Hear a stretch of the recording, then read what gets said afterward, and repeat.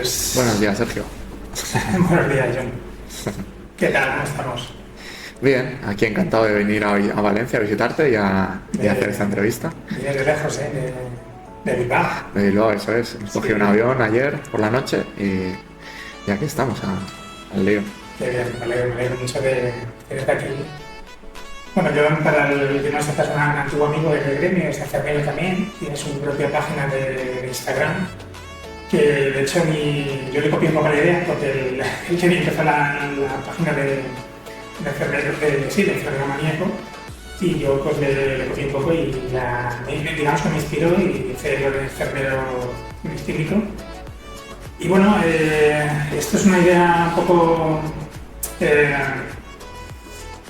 digamos, es un poco, pues tiene una serie de objetivos. Este video podcast pues es sobre todo pues una herramienta de educación, de información, es generar conciencia sobre la importancia de la salud mental. Me importa mucho conocer a la persona detrás de la enfermedad, porque cuando hablamos de salud mental siempre es como la enfermedad, ¿no? El esquizofrénico ¿no? El maníaco ¿no? Pero detrás pues hay una persona que tiene una vida como cualquiera, y bueno, pues me gustaría que se diera un poco esa cara. Luego pues aportar, nos hemos especializado también, ya sé que no somos ninguno psiquiatra, pero bueno, tenemos un gran bagaje en salud mental, la verdad que sí. No solo por nuestra profesión, sino pues personalmente pues también tenemos nuestras cositas que ya iremos hablando. Y bueno, luchar un poquito contra el estigma, ¿no?, de la salud mental, porque es algo que está muy presente en la sociedad. Y cada vez más. Y cada vez más. Yo no sé. A mí me pasa que no sé si hay algunos médicos que coinciden conmigo, ¿no? Que como que después del confinamiento, de la pandemia, como que ha explotado esto, como que hay muchísimos más casos y esto va exponencialmente cada año. Y bueno, el tema de la asistencia, sobre todo pública, y privada también, en España deja muchísimo que desear. Es la gran asignatura olvidada, digamos, de este país. Y bueno, sí, se debería invertir más recursos en la salud mental en este momento, porque la pandemia fue un estresor que fue un detonante para muchas patologías. Sí. Y ahora mismo mucha gente está infradiagnosticada, infravalorada, porque no tiene unos recursos suficientes. Tienes que pagar un psicólogo privado, Claro. que muchas veces te dejas el sueldo en alquiler, en vivienda, además, y ahora con la salud mental, pues más en psicología, en psiquiatría. Entonces, en este sentido, se tendría que invertir mucho más en salud mental. Pues sí, la verdad que sí, es... Ya vertiremos esto un poquito más, pero sobre todo explicaremos un poquito de experiencias personales y Sí. Bueno, asusta el tema de la salud mental en este país. Bueno, ¿de qué vamos a hablar hoy? Pues vamos a... En este primer episodio, digamos, queríamos tratar un poco la enfermedad o patología que se llama la psicosis, de la cual yo, pues, desgraciadamente, hace unos años empecé con estos episodios, hablaremos de eso, y queríamos dedicarle un poco pues, a esta patología que parece mucha más gente de la que parece. Lo que pasa que, pues, la parte buena, que hoy en día existen muchos fármacos de todo tipo, orales, intramusculares, de todo tipo, pues, y ayudan a estabilizar, ¿no?, a controlar un poco los síntomas. Antes de empezar con la historia de John, pues presentamos un poquito los dos. Yo soy Sergio, ¿vale? Soy el dueño, el presentador de Enfermero Clínico, y soy enfermero desde el 2018, más o menos. Sí, más o menos, no, sí, bueno. Y bueno, he tocado un poquito todos los palos, terminé los estudios en Valencia. Luego enseguida estuve un año viviendo en Madrid, trabajando allí, que la cosa no fue muy allá, ya contaré cuando me toque. Luego pues estuve casi 3 años, luego fui a Vigo, luego estuve bastante tiempo en Lugo, fui a la costa de Lugo. Y bueno,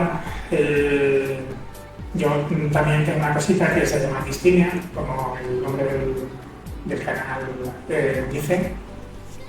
Y ya hablaremos en el segundo capítulo de mí, pero bueno, vamos a centrarnos en John. Bueno, cuéntanos un poquito de ti, dónde estudiaste, qué has hecho.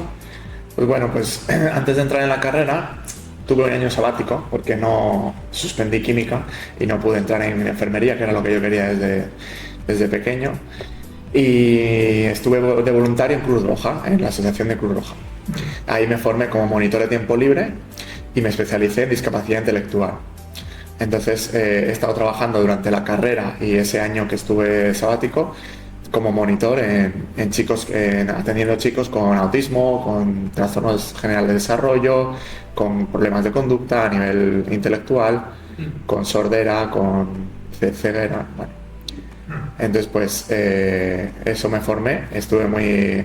La verdad que me abrió un mundo diferente, porque yo ese mundo no lo conocía, el mundo de la discapacidad. Y gracias a eso pues me ha servido de visión, como de apertura de visión, apertura de vistas.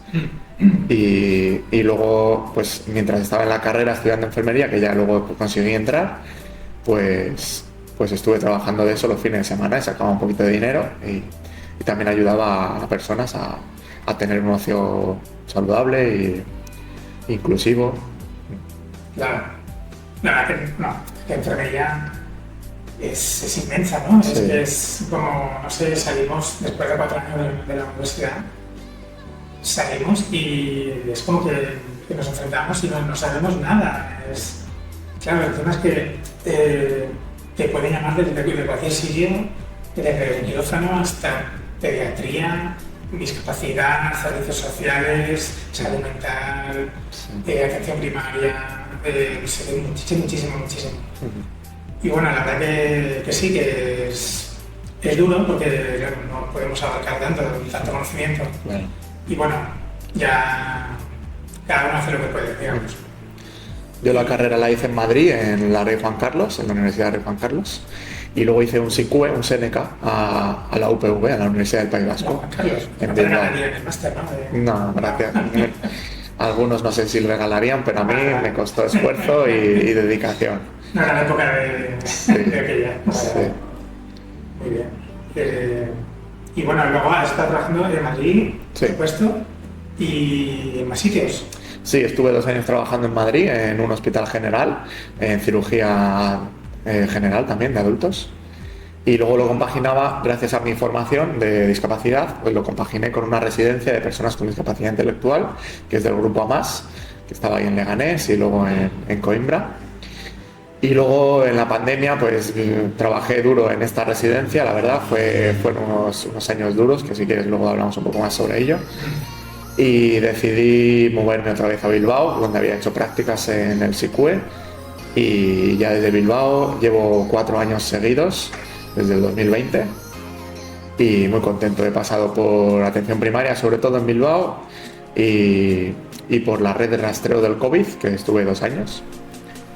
Y luego después de eso me formé en pediatría y llevo 2 años y medio trabajando en pediatría. Bueno, la verdad que me has contado que estás muy contento aquí, sí. que la verdad que es que lo demandas tú, que te gusta y se te da bien y bueno, es una alegría. Y yo creo que pocos enfermeros tienen la oportunidad o la suerte, ¿no?, de trabajar donde piden o quieren. Sí. Porque ya te digo, esto es un poco caótico y vergonzoso porque nos mandan siempre a donde quieren, tengamos o no tengamos idea o experiencia. Y bueno, vamos a entrar con tu historia. Todo comenzó en abril del 19, con una cita que tuviste con una amiga en Valencia. Sí, en Valencia, además. Aquí en Valencia. Todo empezó en Valencia, sí. Sí, volvemos a la Virgen. Muy bien. Bueno, pues cuéntanos un poquito qué pasó ahí. Pues nada, era una amiga de tiempo que conocí gracias a la Asociación de Estudiantes de Enfermería, que estuve a nivel estatal en la asociación. y conocí mucha gente de diferentes partes de España y hacíamos un congreso, me parece que era, aquí en Valencia, en la Universidad Jaume I, está en Castellón, creo. Y nada, pues al volver a Madrid, pues ya cogí un BlaBlaCar, un coche compartido, y bueno, antes de eso quedé con una amiga porque justo el BlaBlaCar salía del pueblo donde era mi amiga. Entonces esa tarde estuve con ella, me enseñó el pueblo y estuve muy agradable con ella. La verdad que pasamos una tarde muy buena y yo sentí pues que estaba muy arropado por ella, que muy querido, estaba entusiasmado con esa relación, ¿no? Esa relación de amistad.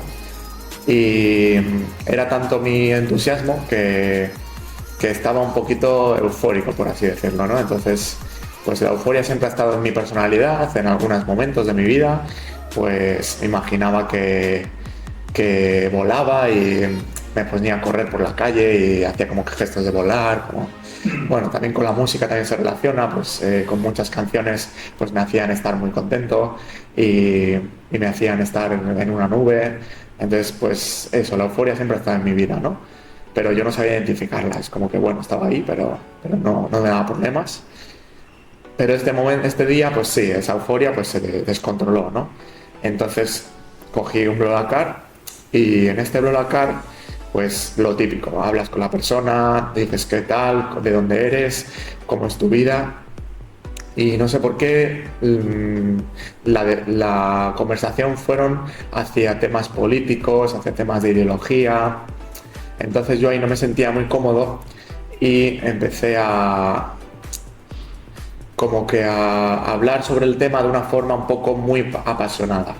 Entonces esa pasión se me desbordó y acabé pues elevando el tono, haciendo ver a esas personas que no tenían razón en sus presentaciones, en sus ideologías. Bueno, toda la ideología es válida, pero en ese momento mi cabeza estaba muy por encima de ese raciocinio y para mí ellos no tenían ninguna razón y yo tenía toda la razón. Entonces yo les hice ver a ellos que estaban equivocados y lo hice de una forma un poco agresiva. Entonces no sé por qué, nunca me había pasado, pero en ese momento pues la euforia hizo que mi cabeza fuese por esos derroteros. Y en esa situación, bueno, éramos 4 en el coche y esa situación hizo que me echaran del vehículo con violencia porque ellos no me trataron bien. Bueno, sobre todo eran temas de política. Sí.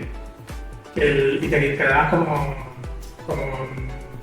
no sé si lo sabe el público, lo que son los delirios de grandeza, ¿no?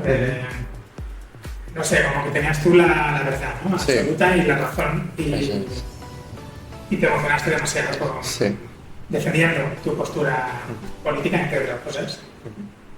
Y ya pues con gritos, con violencia y te echaron del coche. ¿Me echaron? Sí.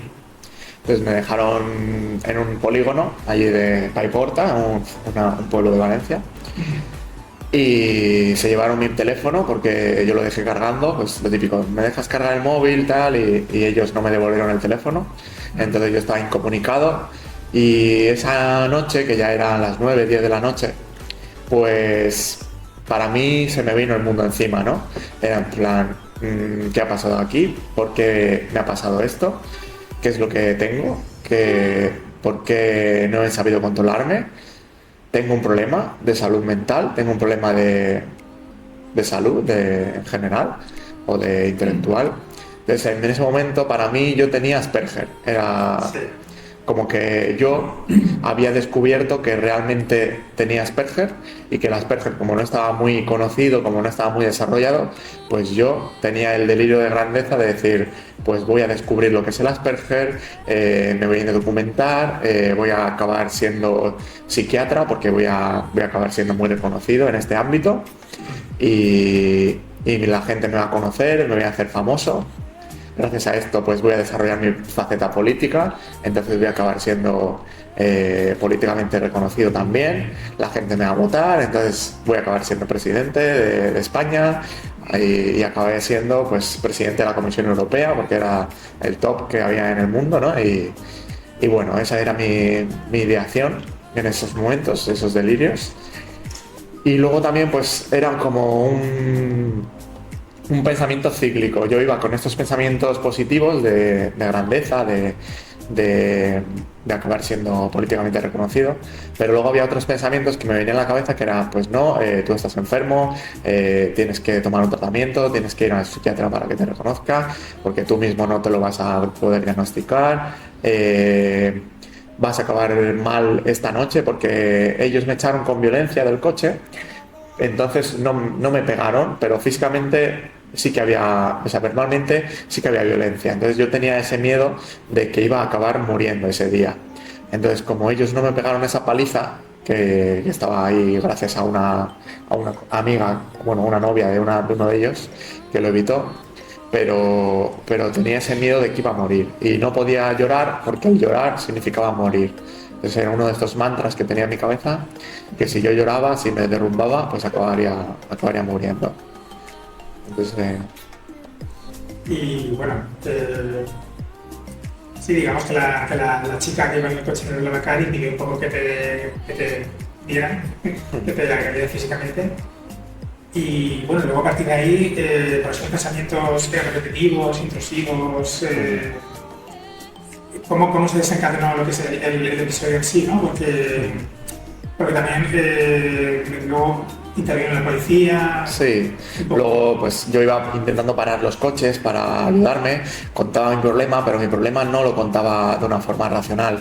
Yo contaba lo que podía, lo que mi cabeza estaba en ese momento al 100%, formando pensamientos intrusivos y bueno, y muchos problemas. Y yo no sabía explicar lo que me pasaba. Entonces acabaron llamando a la policía vino por mí, me intentó preguntar qué me pasaba, yo no sabía explicar bien. Entonces acabé yendo a un centro de salud, allí no me trataron lo que debían porque estaba muy agitado, ya estaba en un nivel muy alto de nervios, de nerviosismo. Entonces, pues acabé muy agitado.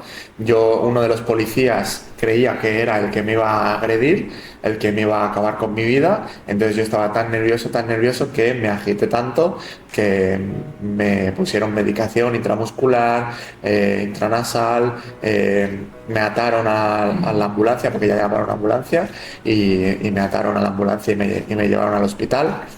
Y yo ahí pues tuve lagunas, tuve como un borrón en mi mente y ya lo que recuerdo es despertarme en el hospital de Valencia atado a una cama y ya habiendo pasado este episodio. Porque sí que es verdad que ahora contaremos más mis episodios, pero mis episodios son muy recortados en el tiempo y enseguida me recupero y puedo hacer mi vida normal, pero sí que lo sufro y lo paso mal.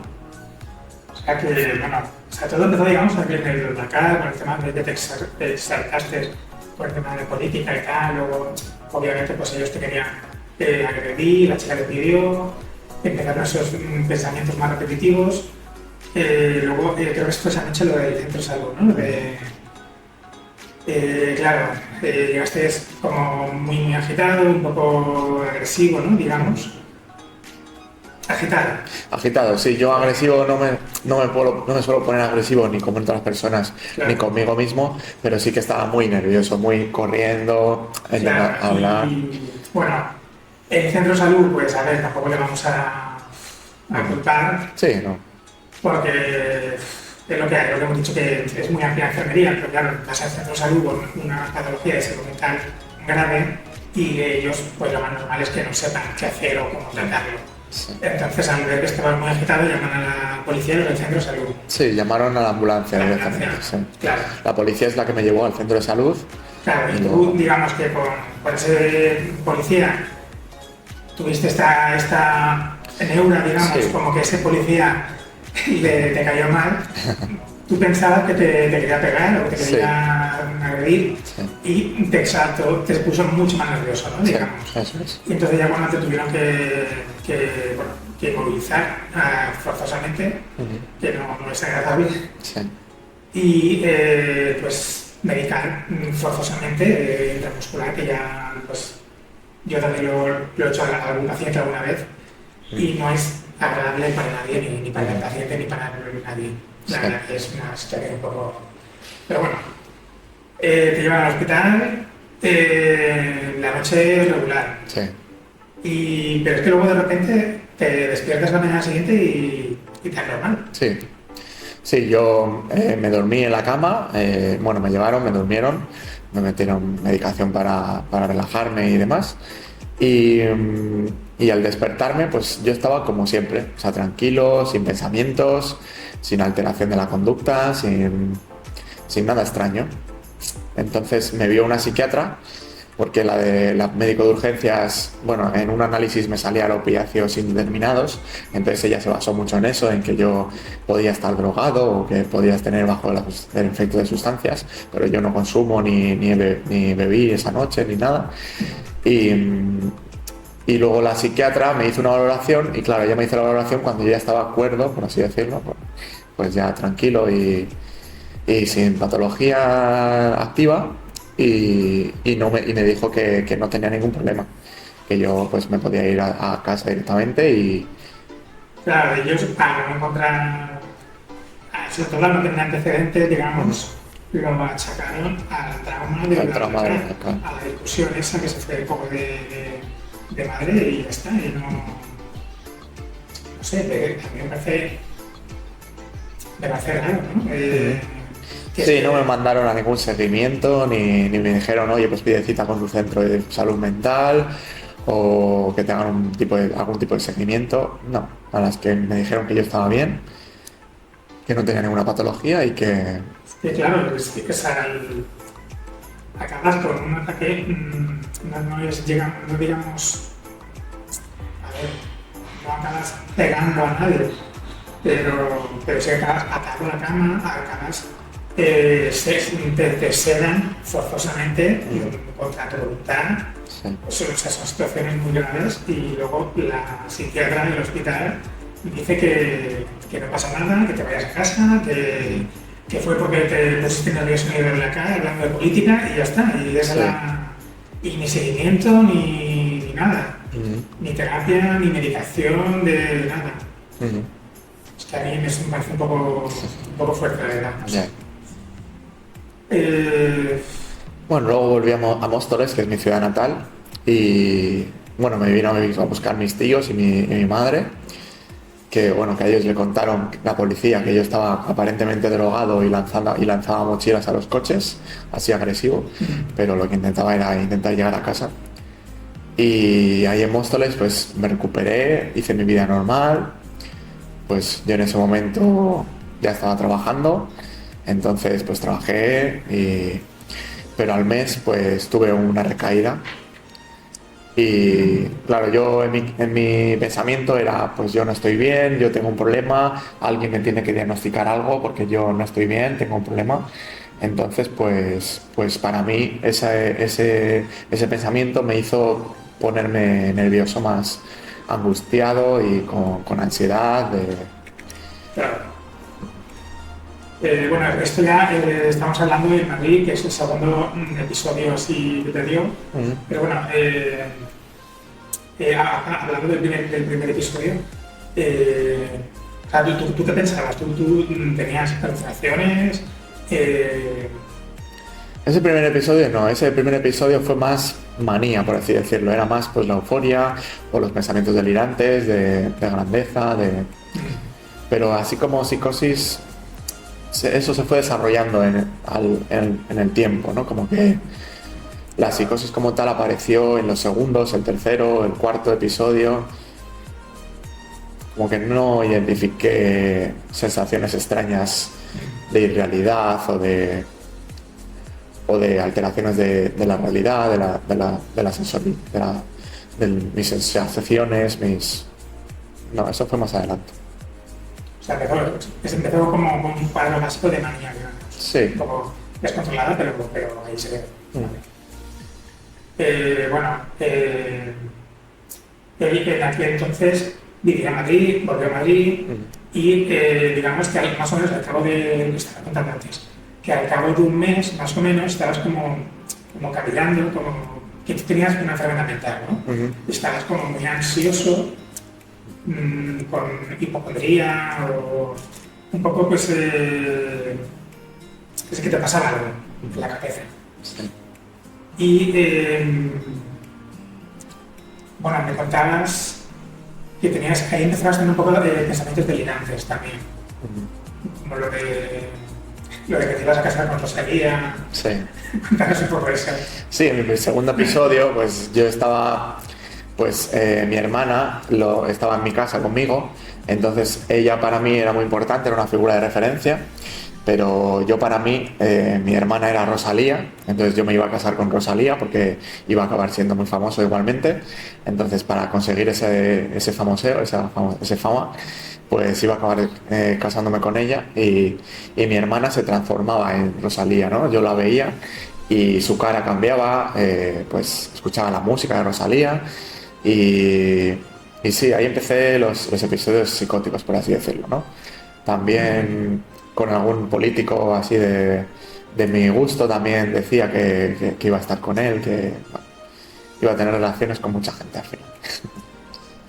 Vale, o sea, digamos que este segundo episodio, pero empezó una tarde concretamente, pasó algo esa tarde, o sea, ¿qué fue el desencadenante, ¿no?, de este segundo episodio? Sí, yo en este episodio pues me puse a pensar que yo realmente estaba mal, que yo tenía un problema, que yo pues necesitaba ayuda, necesitaba un psicólogo, necesitaba un psiquiatra.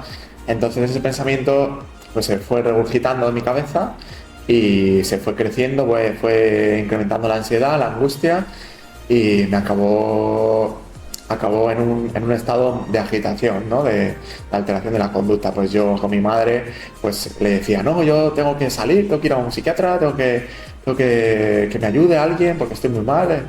Entonces pues, a ver, fue hace ya años, entonces no recuerdo tan nítidamente, pero sí que esas sensaciones pues fueron muy fuertes en mí y hicieron que yo me volviese pues muy agitado, muy...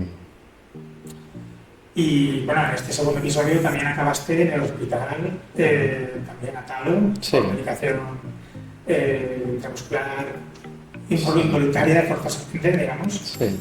Y aquí sí te aparecen lo que dices tú, los síntomas psicóticos, digamos, lo de oír cosas Sí. y ver cosas que no ocurren, Sí. digamos. Lo de la música de Rosalía, lo de... Sí, como que los luego rostros cambiaban. eso es lo de que cambiaban la edad de las personas, de que Sí. veías cómo envejecía la gente. Sí. Eso fue en unos episodios más adelante, pero bueno, hacemos un resumen porque tampoco Sí. vamos a hablar mucho de todos. Pero sí, en mis episodios pues he tenido, por ejemplo, mi abuelo falleció en el 2020 a causa de la pandemia, del COVID. Y yo en un episodio pues escuchaba su voz, escuchaba sus opiniones, su discurso.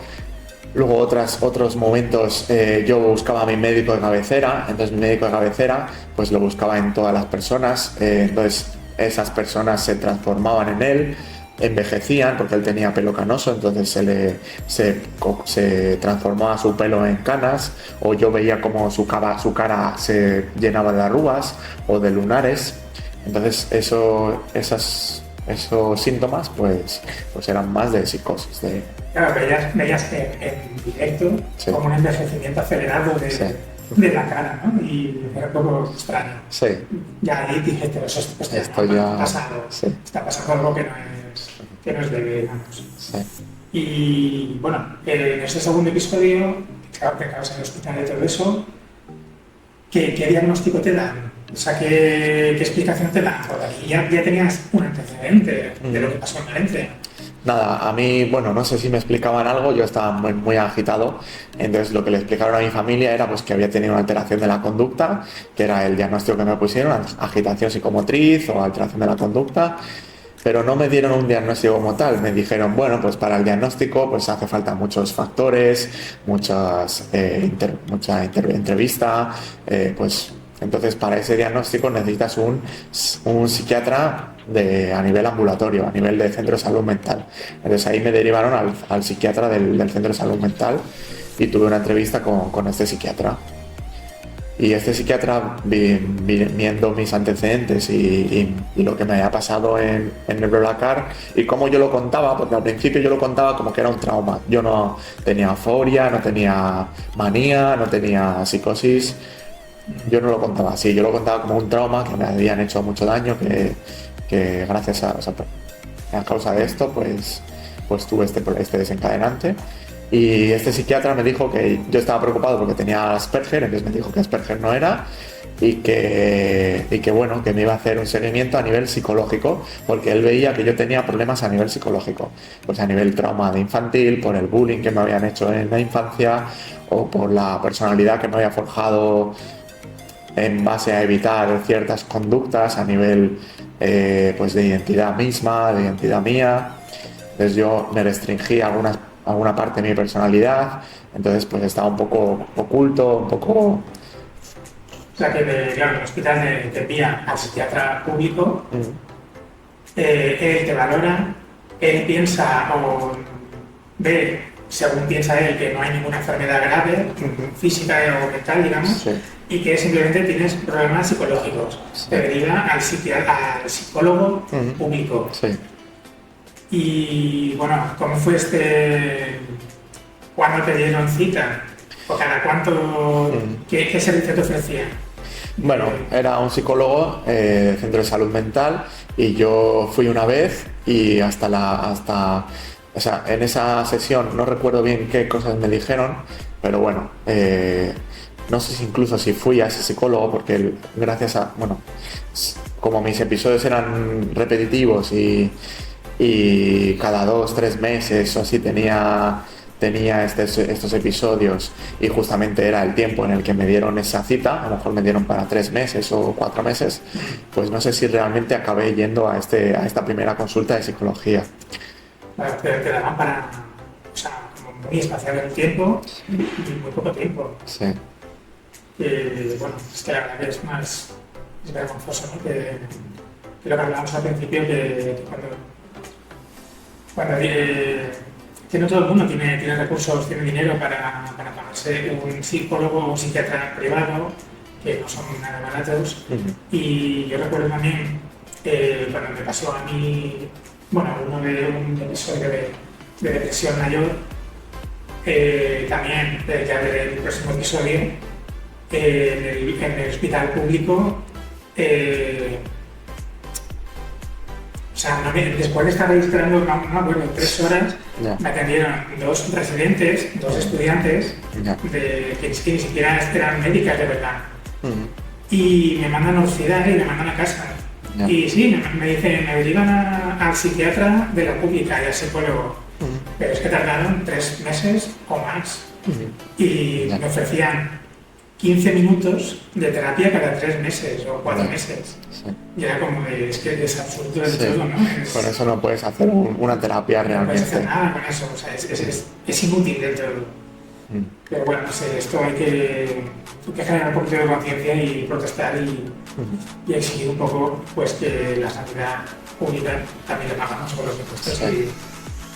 Y bueno, ya sabemos cómo está de mal en este país, pero bueno, todo es mejorable. Nada, luego, digamos, nos vamos pasan 2 meses más o menos, y nos vamos al tercer episodio de psicosis, que viene desencadenado por estrés laboral. ¿No? Sí. Sí, yo estaba en la residencia de personas con discapacidad y me cambiaron de residencia. Yo estaba en una en la que la población era joven, era un paciente fácil, por así decirlo, bastante asequible, y me pasaron a una residencia con más carga laboral, con más carga de trabajo y el paciente era más complejo. Entonces pues estaba muy desbordado, hacía muchos turnos, me pasaron a 100%, cuando estaba en el hospital al 33%, entonces estaba haciendo 133% de jornada laboral, entonces era mucho para mí y acabé pues hastiado, ¿no? y muy cansado. Entonces ese estrés pues sí que en mis episodios, pues muchas veces el desbordamiento emocional, o bien estar muy contento, estar muy triste, o estar muy, muy miedoso, o tener mucho estrés, o tener mucha ansiedad, pues ha hecho que se desencadene en los episodios psicóticos, ¿no? Entonces, pues se me desencadenó y ahí acabé en el hospital de nuevo. Pero esta vez también tan grave como las otras. Bueno, creo que sí, los 3 primeros episodios sí que estuve con mucha agitación y sí que acabé pues, con medicación y con contención mecánica, pero bueno, sí que es verdad que en este me dejaron más libre. Enseguida, cuando me vieron bien, pues ya me soltaron, me dijeron que ya, pues como era conocido, que me había pasado ya varias veces, pues que me podía autogestionar un poco y... Me comentabas que estaba la duda de si tenía relación con el cannabis. Sí, no sé si fue este episodio, pero bueno, otro episodio, sí que se desarrolló en base a haber probado, pues nada, unas caladas de un porro de una amiga que tomamos allí y claro, yo esas sensaciones pues me hicieron volar, ¿no? Subirme mucho, relacionado con la euforia también y, y esa euforia pues se desencadenó en otro episodio psicótico, ¿no? Y lo relacionabas un poquito con... Es que no sé, no entiendo muy bien sobre el contenido mágico. Sí. No sé a qué te refieres con eso. Pues nada, era como que yo podía prevenir el futuro, como que contaba hasta 3 y al tercer cuente, o sea, el 1, 2, 3, al tercer número, pues yo podía ver lo que pasaba de aquí a 5 minutos o de aquí a 10 minutos, pues eso, se me desarrolló. Yo tenía hipótesis en mi cabeza y decía, venga, ahora va a pasar esto y va a ocurrir esta cosa, entonces pues intentaba predecir el futuro, y así. Claro. Claro, lo digo porque más de una ocasión en el hospital te diagnostican psicosis aguda, que es psicosis breve o tóxica. Psicosis breve. Que explicamos un poco que no sé si estaba relacionada por el cannabis o no. Sí, con el cannabis me dijeron que el diagnóstico sería psicosis tóxica, entonces relacionada con el cannabis, que el cannabis era lo que me había provocado la psicosis. Entonces esto ya fue en Bilbao, cuando ya me fui a Bilbao, pero bueno, en esa psicosis pues es cuando realmente me diagnostican allí en Bilbao, me ponen una palabra que es psicosis breve, que es un diagnóstico que me hace a mí pues saber un poco qué es lo que es mi problema, ¿no? Porque sí que es verdad que en Móstoles, en Madrid, no acababan de diagnosticarme. Entonces pues en base a todos los... Porque claro, ellos cuando me exploraban me decían que yo tenía pues sonorización del pensamiento, me quedaba como pendiente o escuchando como si escuchase algo fuera del entorno real, de la realidad. Entonces yo al tener esas sensaciones de escucha, pues ellos me diagnosticaron como que podía tener alteraciones sensitivas, pues a nivel sensoriales. De escucha. Pero relacionado con psicosis, ¿o no? Sí. Sí, Eso es. Claro, y bueno. Claro, llegaron y diagnóstico de psicosis aguda, breve y tóxica. ¿Por qué fue esto? ¿Por qué pusieron eso? ¿Fue porque no encontraban otra explicación? No, era más por cómo yo me relacionaba con el entorno. Pues cómo intentaba escuchar voces o parecía como que escuchaba voces, o cómo yo lo contaba, pues estoy viendo a mi abuelo, estoy viendo a envejecer a la persona delante de mí. Entonces esas alteraciones sensoriales pues se relacionan con la psicosis, con las alteraciones de la realidad, ¿no? Interpretaciones de la realidad. La psicosis cognitiva y visual también. Sí. Claro. Todo esto que estamos contando llegó después de ser enfermero. Entonces, ¿cómo afectó para ti tu día diario, el descanso, relación, trabajo, familia, amigos. Sí, la verdad es que yo, los episodios, como son tan recortados en el tiempo, pues no me afectan a nivel de salud, o sea, de mi comportamiento, de mi vida diaria. No, yo hacía mi vida normal, mi vida usual, y hacía mi trabajo, comía bien, dormía bien, tenía relaciones con personas sin problema.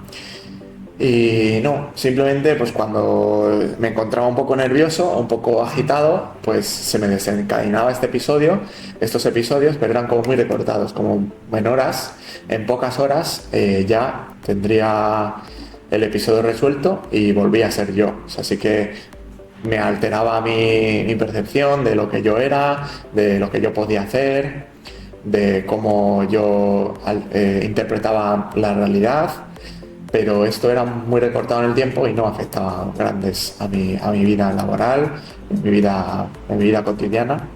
Bueno, pues aparte, bien. Sí. Bueno, luego nos pilló algo a todos un poco un imprevisto, que llegó el COVID, llegó la pandemia. ¿Cómo viviste esos meses? ¿Dónde trabajaste? ¿Te afectó esta patología a ese trabajo? ¿Cómo lo viviste tú, no? ¿Cómo te sentiste esos meses los primeros meses de pandemia? Bueno, yo estaba en mi casa con mi familia, estaba arropado por mi madre, mi padre, mi hermana, y no lo viví especialmente mal. Sí que es verdad que no me afectó a nivel anímico, no estuve mal, no estuve con trastorno pues tipo depresión o tipo ansiedad, no. Sí que el trabajo se me fue más duro porque, claro, yo veía gente pues morir delante de mí, no podía derivar a los pacientes al hospital porque había un protocolo que teníamos que cumplir. Entonces, pues bueno, pues yo lo pasé mal a nivel laboral porque sí que había mucha carga, había muchos pacientes que tenían mucha patología grave y eso me afectó a nivel más que emocional, más laboral, más de estrés, más de carga, pero a nivel emocional pues supe separar un poco el trabajo de mi vida normal y no me afectó tanto a mi salud, pero bueno, fue duro. Sí, la verdad que, bueno, ya también contaré yo historias, o sea que no, digamos, todo ese impacto, esa carga, ese estrés, ansiedad, no me pierdo. Mi condición no, eso es. A nivel supiste compartimentar, supiste separar y sí. lo llevaste bien, o sea, gestión emocional, bien, aprobado. Sí. Bien, muy bien. Y bueno, antes de irnos a Bilbao, la pregunta más delicada, si en algún momento desde este año tuviste alguna idea de muerte, de ideación autocrítica. No, la verdad es que no. Yo en mis episodios sí que es verdad que tenía miedo a acabar loco o a acabar muy mal o que se me descontrolase la psicosis y que yo acabara pues cruzando una carretera sin mirar o teniendo un accidente o que alguien me hiciese daño. Pero yo de acabar con mi vida no lo he pensado nunca. Sí que es verdad que he pensado más que voy a morir, pero a nivel por una tercera persona o porque me iban a atracar por la calle y me iban a pegar una paliza. Como yo tenía ese miedo de que nadie me pegó esa paliza en ese primer episodio del BlaBlaCar, pues tenía ese miedo de que alguien me iba a pegar esa paliza y que iba a acabar o muerto o vegetal o en una cama o... Claro. Bueno, la verdad que es duro, a mí también me pasa, ya hablaremos de esto, ¿no? Que le coges ese pánico a acabar loco, ¿no? Por resumirlo. Sí. Creo que en psiquiatría tiene un diagnóstico que es síndrome de impulsión o algo así, no lo recuerdo bien. Pero bueno, es básicamente eso, es como la sensación de que vas a perder la cabeza. Y desde aquel momento pues tienes un poco ese pánico, ¿no? Sí. ¿Has adquirido buena herramienta con la psicóloga? ¿Te ha ayudado por este tema? Sí, bueno, no sé si quieres ir a Bilbao, pero bueno, en Bilbao... Sí, ya estamos en Vamos a Bilbao, ya Bilbao. estamos en Bilbao. Vale, pues bueno, después de la pandemia me voy a Bilbao porque también mi pareja era de allí, yo quería volverme para allá porque las condiciones laborales eran mejores, también a nivel de cultura, de medios, de... Bueno, cuando fui allí en el SICUE, pues lo cogí con muchas ganas y me quise volver. Y, y ahí tuve suerte de acabar en un programa que se llama Primeros Episodios Psicóticos. Estuve ingresado en el hospital unos 3 o 4 días después de un episodio así un poco más grande. El servicio de salud mental, de psiquiatría de Basurto. Sí, del hospital de Basurto, eso es. Por este caso, porque se descompensó la medicación. Sí, yo estaba tomando poca medicación y bueno, alguna vez no me la tomaba o no me sentía cómodo con ella porque me dejaba muy adormilado o muy así. Entonces, pues en ese ingreso pues, me dijeron que era sobre todo para controlar un poco la medicación, para ponerme bien la dosis y ahí me empecé con la lanzapina, bueno, empecé con el tratamiento más potente de antipsicótico y empecé en un programa que se llama eso, Primeros Episodios Psicóticos. Durante 5 o 6 años me van a seguir, esto empezó en 2021, pues me van a seguir el psiquiatra y la psicóloga, pues la psicóloga cada 15 días y el psiquiatra una vez al mes. Esto del servicio de salud pública de Bilbao. De Bilbao, Osakidecha, sí, Servicio Público de Salud. Vale, y gracias a ellos pues aprendí muchas herramientas para usar en mis episodios. Gracias a mi psicóloga, que siempre ha sido la misma desde el principio, sigo con ella, me conoce, sabe cómo soy, cómo son mis episodios, y el psiquiatra igual, también empecé con una psiquiatra que luego cambié a otro psiquiatra, pero este también me había visto en una urgencia, entonces también me conocía, sabía cómo era mi problema. Y gracias a ellos, pues sí, pues esa sensación de volverme loco, pues volviendo a esas sensaciones, pues sí que las trabajo con ella, pues ponemos en valor lo que es la realidad, sensaciones de grounding, de tocar lo que es la realidad, bajar un poco a esos pensamientos pues reales, no irnos a los pensamientos que podían ser futuribles o posibles o que en mi cabeza dice que podrían ser reales, pero que en realidad realmente no hay una base que nos diga que esos pensamientos no son distorsionados, que son un poco distorsionados. Vale, bueno, te siguieron dando algunos episodios en Bilbao, más leves, creo. Sí. Cogiste el peso y llegamos a un diagnóstico final que yo no lo conocía, que son los blips. Sí, es en inglés, son las siglas en inglés. Claro, porque recordemos que hasta ahora, o sea, desde todo este tiempo desde que empezó, todo era te mandaban a casa sin diagnóstico, no sabías lo que tenías, es que te habías alterado en la cara, es que te habías alterado en el trabajo, con el estrés, pero no había un diagnóstico, no había una enfermedad, digamos. Y ya ahí en Bilbao, después de un tiempo, después de la pandemia, creo, ¿no? Sí. Todo esto, llegamos a un diagnóstico que son los blips. Explícanos un poco qué es y no sé, cómo llegamos a esto. Eso. Bueno, en Bilbao sí que me diagnosticaban de psicosis breve y como trastorno psicótico inespecífico. Entonces era como un cajón desastre que metían ahí mis episodios. Pero estos blips no se me aparecieron hasta que los vi yo por escrito en un informe en el que me hicieron un test de coeficiente intelectual, me hicieron pruebas de memoria, de matemáticas, un poco a nivel intelectual. Y esta psiquiatra me puso síntomas compatibles con blips. Entonces yo lo busqué y los blips son síntomas psicóticos limitados, interrecurrentes y breves.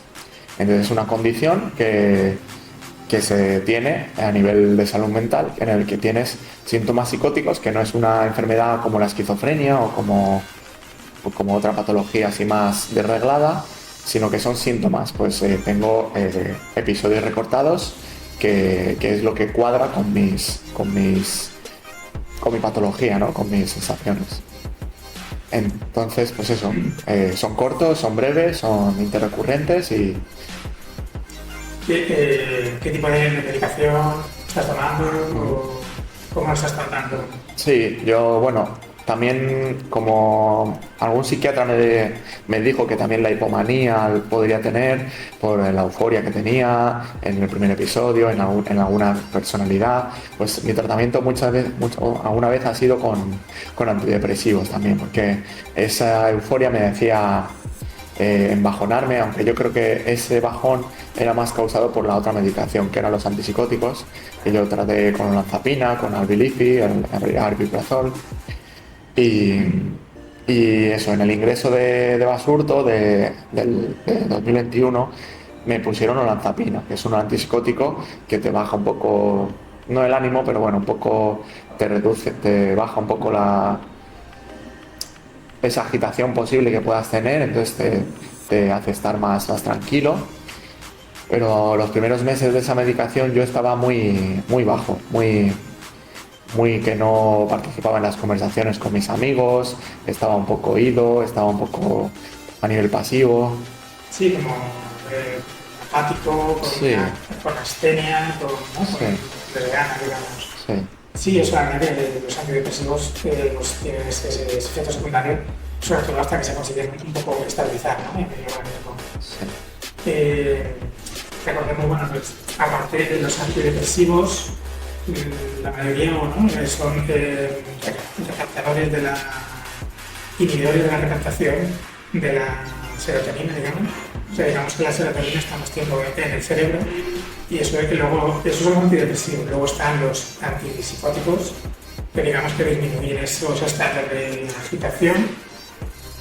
Y luego están los estabilizadores del ánimo, que son parecidos a los antidepresivos, pero sí que pues eso, intentan un poco los pensamientos intrusivos, repetitivos, intentar controlarlos un poquito.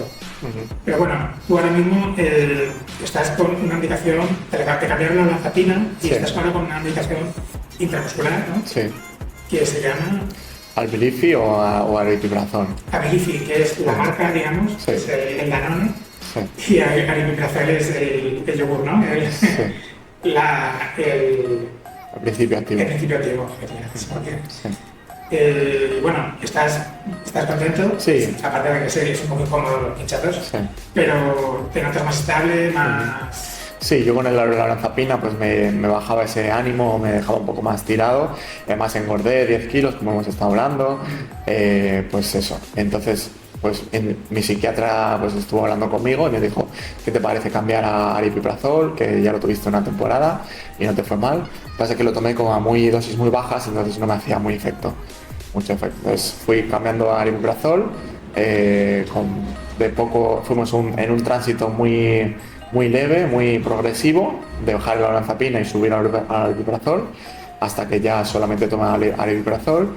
Y decidimos pasar a inyectable porque es mucho más estable en el organismo y la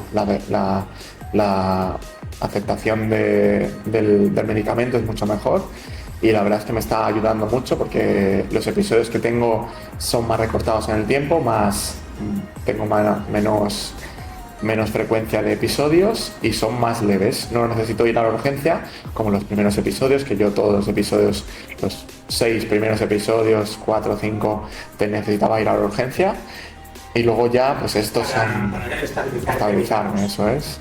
Y ahora bueno, aparte del programa este que empezaste en Bilbao, del Servicio de Salud Pública, creo que también empezaste con una psicóloga privada. No, privada no, eso es. Es del servicio público, sí. Vale. Y bueno, eso te enseñó un poco pues técnicas de control, de relajación. Sí.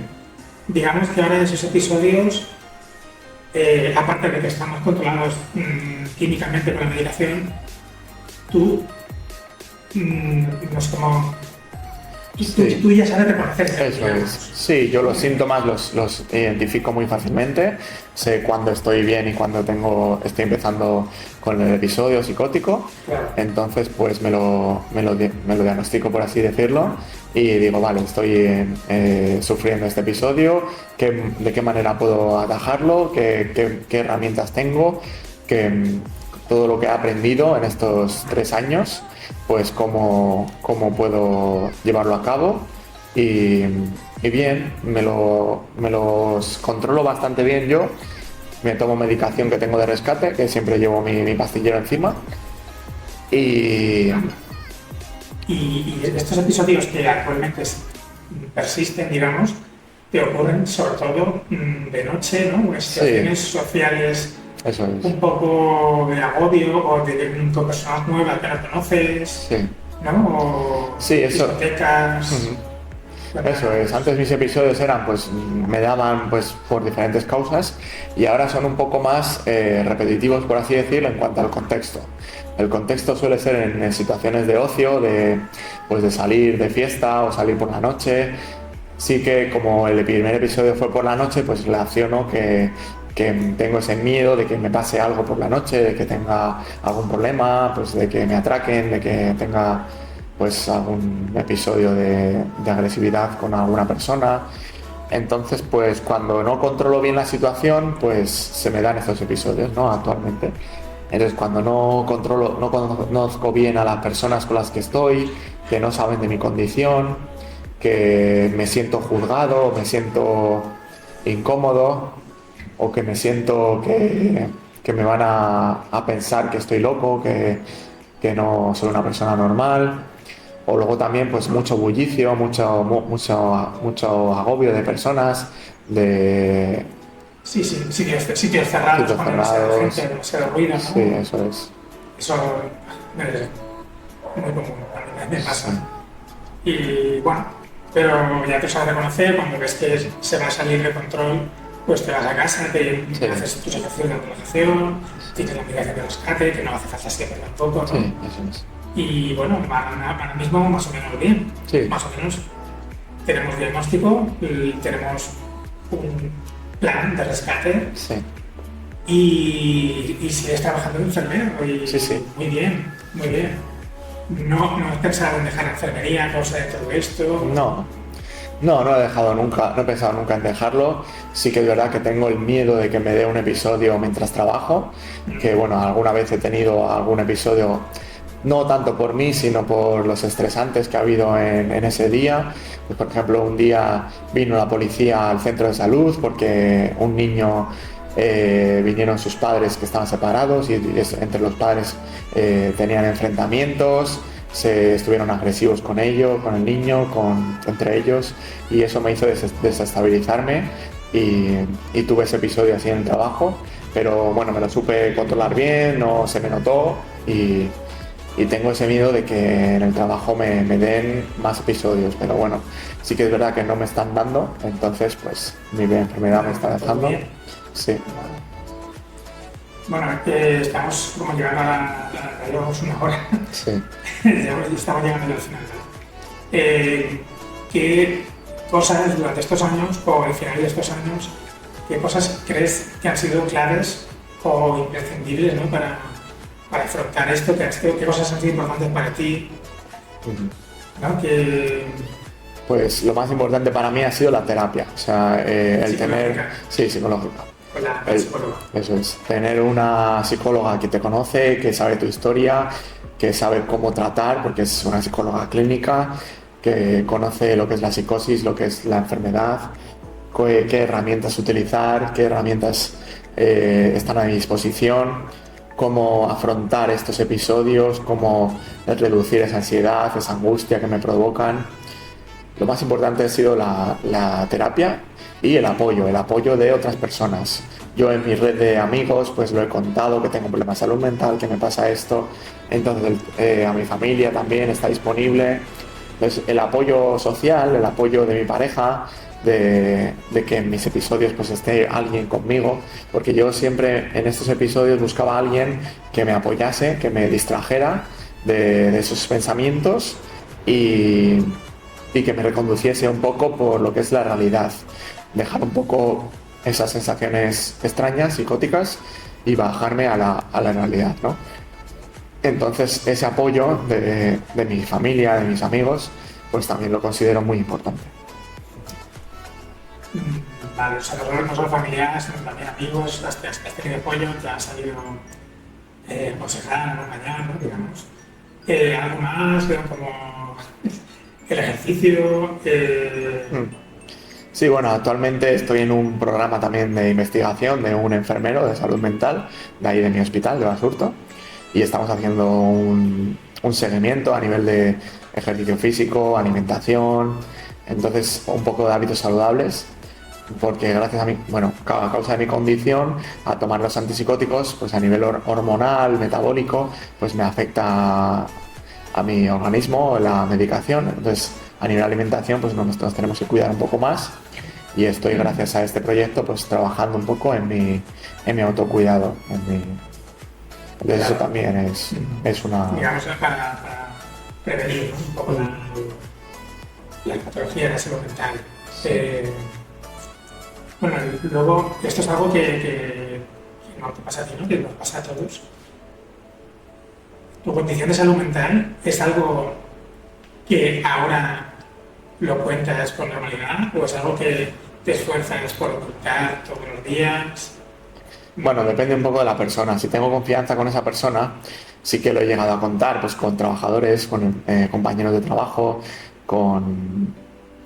Bueno, ahora gracias a la red social de Instagram, de la red social, pues sí que me ha dado pie a contarlo más a amigos con los que no tenía tanta confianza o conocidos, para que conozcan un poco mi condición, que pues eso, lo que estamos haciendo ahora, ¿no? Reducir un poco el estigma, conocer un poco a la persona, abrirnos un poco y salir del armario de la salud mental en cuanto a lo que es, lo que conlleva.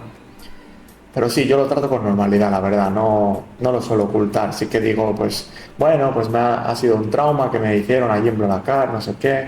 Como que lo relaciono más con el trauma y no más con que tenga yo un problema. Pero bueno, sí que pues lo cuento, que voy a mi psiquiatra, que voy a mi psicólogo, que tengo un seguimiento, que tengo episodios. Vale, bueno, hace relativamente poco has solicitado grado de discapacidad. No sé, ¿qué supone para ti? ¿Crees que te va a afectar a ti en la manera de pensar sobre tu condición? Bueno, esto, claro, como tengo seguimiento con ellos, con mi psiquiatra y mi psicóloga, pues lo he hablado con ellos, qué piensan ellos, qué opinan, qué valoran ellos, qué es lo importante en la valoración de la discapacidad. Entonces, pues gracias a ellos he cambiado mi visión. Sí que es verdad que yo decía, pues una persona con discapacidad, pues ya tiene una condición que le limita a su vida diaria o que no le posibilita el tener un trabajo digno o tener un trabajo estable o que va a ser menos o va a ser, pues eso, lo que hay, ¿no? en la sociedad, pues el estigma, ¿no? Pues que es un disminuido o pues lo que es una persona con discapacidad. Entonces, pues bueno, pues a mí, pues pedir una discapacidad pues no me cambia la vida, simplemente pues me ayuda a tener unas bonificaciones a nivel fiscal, a nivel económico, a nivel social, que tenga beneficios, pues ya que tengo una condición de salud mental, un problema, una patología, pues tener un beneficio, ¿no? Algo positivo. Sí, para eso están. A mí, bueno, no sé, claro, a mí me da un poco de miedo como de reforzar, ¿no? El pensamiento de enfermedad, ¿no? Soy discapacitado, estoy enfermo, sí, claro, bueno. Estamos ahí acabando ya, ¿vale? Ahora digamos que estás bien, creo que te va todo bien. Hablaste con salud laboral, con riesgos laborales, te diste que te gustaba la pediatría, creo que te vas a casar el año que viene. Sí. Y bueno, ¿te encuentras feliz? ¿Estás bien? Sí. ¿Estás todo bien? Sí, a nivel de pareja, a nivel de laboral, estoy muy contento. gracias a salud laboral me hicieron especialista en pediatría, por así decirlo, me pusieron una nota que todos los contratos que me ofreciesen fuesen de pediatría porque era lo que yo quería, donde yo me siento cómodo. Y gracias a eso pues tengo un trabajo que me gusta, que me refuerza mi condición de trabajador, de enfermero, que me gusta. Y a nivel social y relacional, pues estoy muy cómodo con mi pareja, tenemos una casa juntos, pues nos vamos a casar próximamente, ella me apoya también en mi problema, también, entonces pues, mi familia también me quiere, me acepta como tal y como soy, entonces pues a nivel de No, emocional estoy contento, sí. no sé, eres afortunado, pues dentro de lo que esto, pues bueno, no nos falta de nada y bien, y nada que bien. Y ya para terminar, digamos, para alguien que esté empezando o teniendo esta serie de síntomas, de psicosis, de BID, ¿qué consejos le daría, ¿no?, a estas personas que están así un poco perdidas? Bueno, pues yo le diría que no tengan miedo, que la enfermedad de salud mental es como cualquier otra enfermedad, que no tengan estigma de decir que ya no valen para su trabajo o que no valen para tener relaciones sociales o para desempeñar su vida con normalidad, que hay muchas personas que pueden ayudar a nivel psiquiatra, a nivel psicóloga, a nivel asociaciones. Yo estoy en una asociación de salud mental de allí de Vizcaya, que hay muchos apoyos que te pueden servir de mucha ayuda, que no estáis solos, que hay mucha red que os puede acompañar y ayudar en este proceso. Y bueno, que el diagnóstico es importante porque te da una etiqueta de lo que es lo que te pasa, pero que no importa lo que tengas, lo que importa es la persona que eres y lo que puedes hacer en tu vida, con tu día a día y con tu futuro. Que tengan hábitos de vida saludable, ¿no? Sí, también. Para prevenir un poco también. Sí, no probar tóxicos, no probar, reducir alcohol, reducir, pues eso. Sí, lo que dicen todos los médicos, Sí. ¿no? Pero bueno, especialmente en la salud mental, pues es más importante porque sí que hay más riesgo, ¿no?, de patología. Bueno, yo pues no sé si quieres comentar algo más, yo ya he acabado de terminar contigo. Sí. Pues nada, muchas gracias Sergio por Me alegro muchísimo de que hayas venido, hayas pasado por aquí por Valencia, haber empezado este primer episodio de este mini podcast, que espero que continúe. Y bueno, yo... Vale, un placer. Un placer y suerte tú con todo. Espero verte pronto por allí, por Bilbao. Vale, igualmente. Bueno, Gracias. gracias a todos. Hasta luego. Sí.